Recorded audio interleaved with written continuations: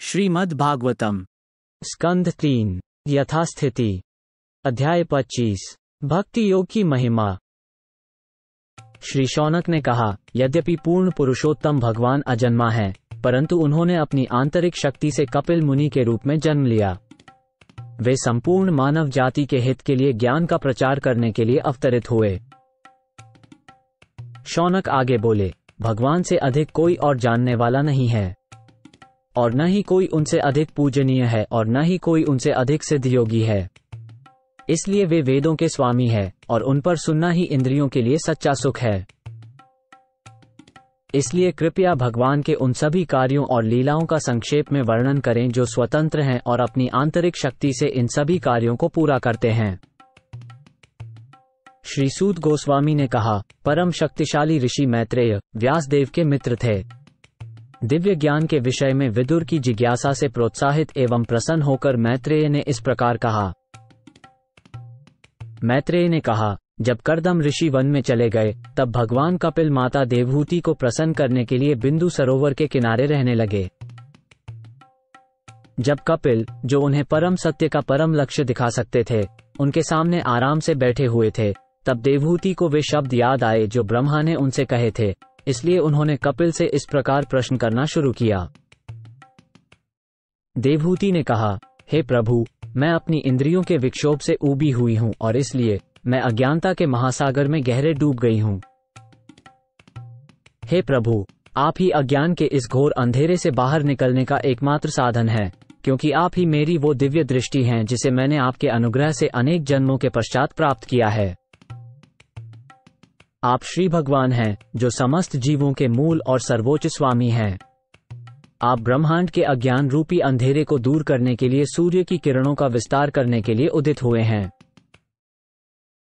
हे प्रभु, अब दयालु हों और मेरे अंधविश्वास को दूर करें। अपनी झूठी अहंकार की भावना और माया से प्रेरित होकर मैंने खुद को इस शारीरिक रूप के साथ जोड़ लिया है। देवहूति जी कहती हैं, मैंने आपके चरण कमलों की शरण ली है, क्योंकि आप ही एकमात्र ऐसे व्यक्ति हैं जिनकी शरण में जाया जा सकता है। आप ही वो कुल्हाड़ी हैं जो संसार रूपी वृक्ष को काट सकती है। इसलिए मैं आपको नमन करती हूँ, क्योंकि आप समस्त योगियों में सर्वश्रेष्ठ हैं। मैं आपसे पुरुष और स्त्री तथा आत्मा और पदार्थ के बीच के संबंध के बारे में जानना चाहती हूँ। मैत्रेय ने कहा, पालौकिक साक्षात्कार के लिए अपनी माता की निष्कलंक इच्छा को सुनकर भगवान ने मन ही मन उनके प्रश्नों के लिए धन्यवाद दिया, और इस तरह मुस्कुराते हुए उन्होंने आत्म साक्षात्कार में रुचि रखने वाले अध्यात्मवादियों के मार्ग की व्याख्या की। ईश्वरीय विभूति ने उत्तर दिया, वह योग पद्धति जो प्रभु और व्यक्तिगत जीव को जोड़ती है, जो जीव के परम लाभ के लिए है, और जो भौतिक संसार में सभी आनंद और व्यथा से वैराग्य पैदा करती है, वो सर्वोच्च योग पद्धति है।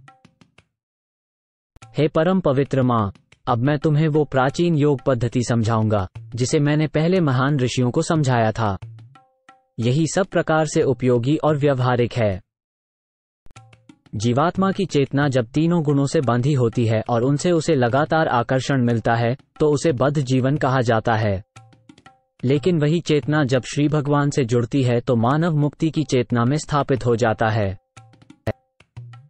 जब मनुष्य शरीर को मैं और भौतिक वस्तुओं को मेरा समझने के मिथ्या बोध से उत्पन्न कामना और लालच के विकारों से पूर्णतया मुक्त हो जाता है, तो उसका मन शुद्ध हो जाता है। उस शुद्धावस्था में वह तथाकथित भौतिक सुख और दुख की अवस्थाओं से ऊपर उठ जाता है। उस समय आत्मा अपने को भौतिक अस्तित्व से परे, सदैव स्वयं प्रकाशित, खंडित नहीं, यद्यपि आकार में बहुत सूक्ष्म रूप से देख सकती है। उस आत्म साक्षात्कार की अवस्था में मनुष्य ज्ञान और भक्ति में समर्पण और त्याग के माध्यम से हर चीज को उसके सही स्वरूप में देख सकता है। वो भौतिक अस्तित्व के प्रति उदासीन हो जाता है और भौतिक प्रभाव उस पर कम प्रभावी ढंग से कार्य करते हैं।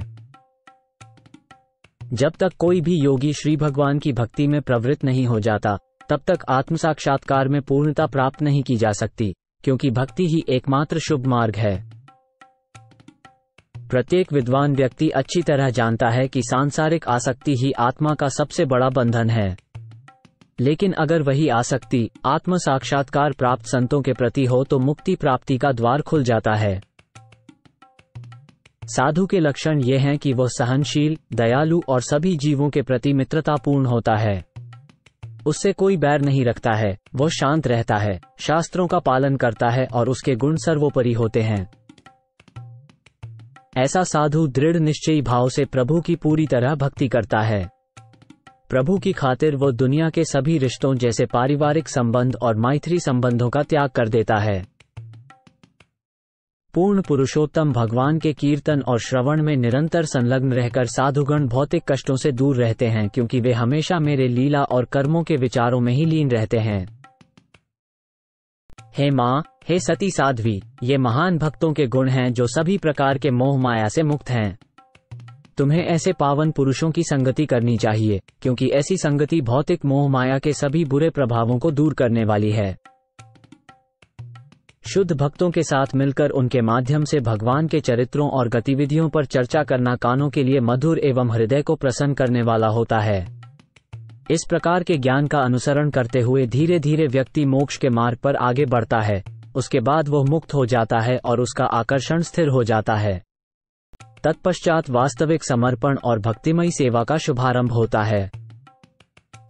इस प्रकार भक्तों की संगति में रहकर समर्पण भाव से भगवान की भक्ति कर और परमात्मा के कार्यों के बारे में लगातार चिंतन करते हुए सांसारिक और परलौकिक भोग विलास में रुचि खत्म हो जाती है।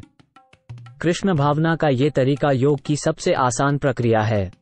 जब कोई व्यक्ति भक्ति योग के मार्ग पर सही ढंग से स्थित होता है तो वो अपने मन को नियंत्रित करने में सक्षम हो जाता है। इस तरह भौतिक प्रकृति के गुणों की सेवा में न लगकर कृष्ण चेतना, ज्ञान और वैराग्य विकसित करके तथा योग का अभ्यास करके, जिसमें मन हमेशा परम व्यक्तित्व भगवान की भक्ति सेवा में स्थिर रहे, मनुष्य इसी जीवन में मेरा साहचर्य प्राप्त कर लेता है, क्योंकि मैं परम पुरुष अर्थात परम सत्य हूँ। भगवान के इन वचनों को सुनकर देवहूति ने प्रश्न किया, मैं किस प्रकार की भक्ति का विकास और अभ्यास करूं जिससे मुझे आपके चरणों की सेवा सरल और आसानी से जल्द प्राप्त हो सके? जैसा कि आपने बताया है, योग पद्धति का उद्देश्य पूर्ण पुरुषोत्तम भगवान को प्राप्त करना और नश्वर भौतिक अस्तित्व माया को पूरी तरह समाप्त करना है। कृपया मुझे उस योग प्रथा की प्रकृति बताएं। उस अतिमानवीय योग को वास्तव में समझने के कितने तरीके हैं? प्रिय पुत्र कपिल, आखिरकार मैं एक नारी हूँ। मेरे लिए परम सत्य को समझना अत्यंत कठिन है, क्योंकि मेरी बुद्धि बहुत अधिक विकसित नहीं है। लेकिन यदि आप कृपा करके मुझे समझाएंगे तो मैं इसे समझने और उसके द्वारा दिव्य सुख का अनुभव कर पाऊंगी, भले ही मैं बहुत अधिक बुद्धिमान न हूँ।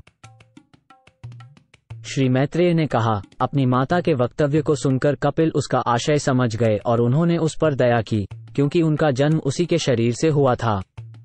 उन्होंने सांख्य दर्शन का वर्णन किया, जो गुरु शिष्य परंपरा से प्राप्त भक्ति और रहस्यमय अनुभूति का मिश्रण है।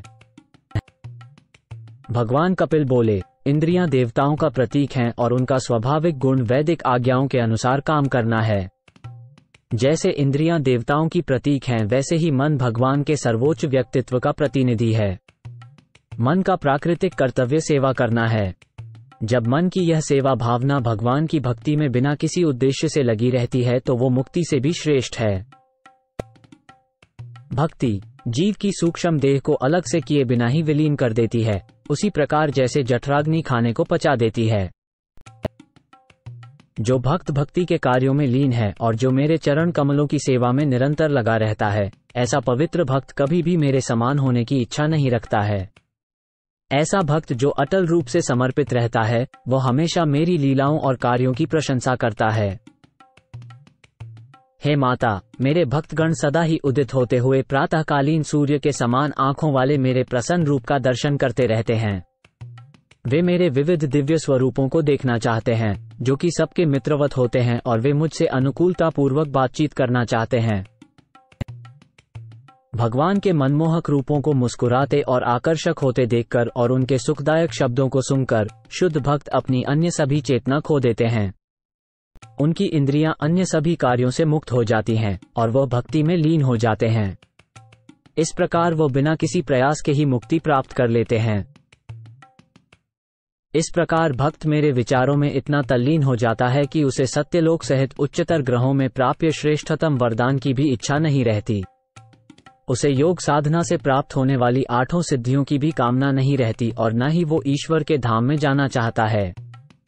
जबकि ना चाहने पर भी भक्त इस जीवन में प्रदान किए गए सभी वरदानों का भोग करता है। भगवान ने आगे कहा, हे माते, जो भक्त ऐसा दिव्य ऐश्वर्य प्राप्त कर लेते हैं वे उससे कभी वंचित नहीं होते। ऐसे ऐश्वर्य को न तो आयुध न काल परिवर्तन ही नष्ट कर सकता है। क्योंकि भक्तगण मुझे अपना मित्र, संबंधी, पुत्र, शिक्षक, शुभचिंतक तथा परमदेव मानते हैं, इसलिए उनके यह ऐश्वर्य किसी भी समय छीना नहीं जा सकता। इस तरह से जो भक्त मुझे सर्वव्यापी संसार के स्वामी की अनन्य भाव से पूजा करता है वह स्वर्ग जैसे उच्च लोकों में भेजे जाने अथवा इसी लोक में धन, संतति, पशु, घर अथवा शरीर से संबंधित किसी भी वस्तु के साथ सुखपूर्वक रहने की सभी इच्छाओं को त्याग देता है। मैं उसे जन्म और मृत्यु के सागर से पार ले जाता हूँ।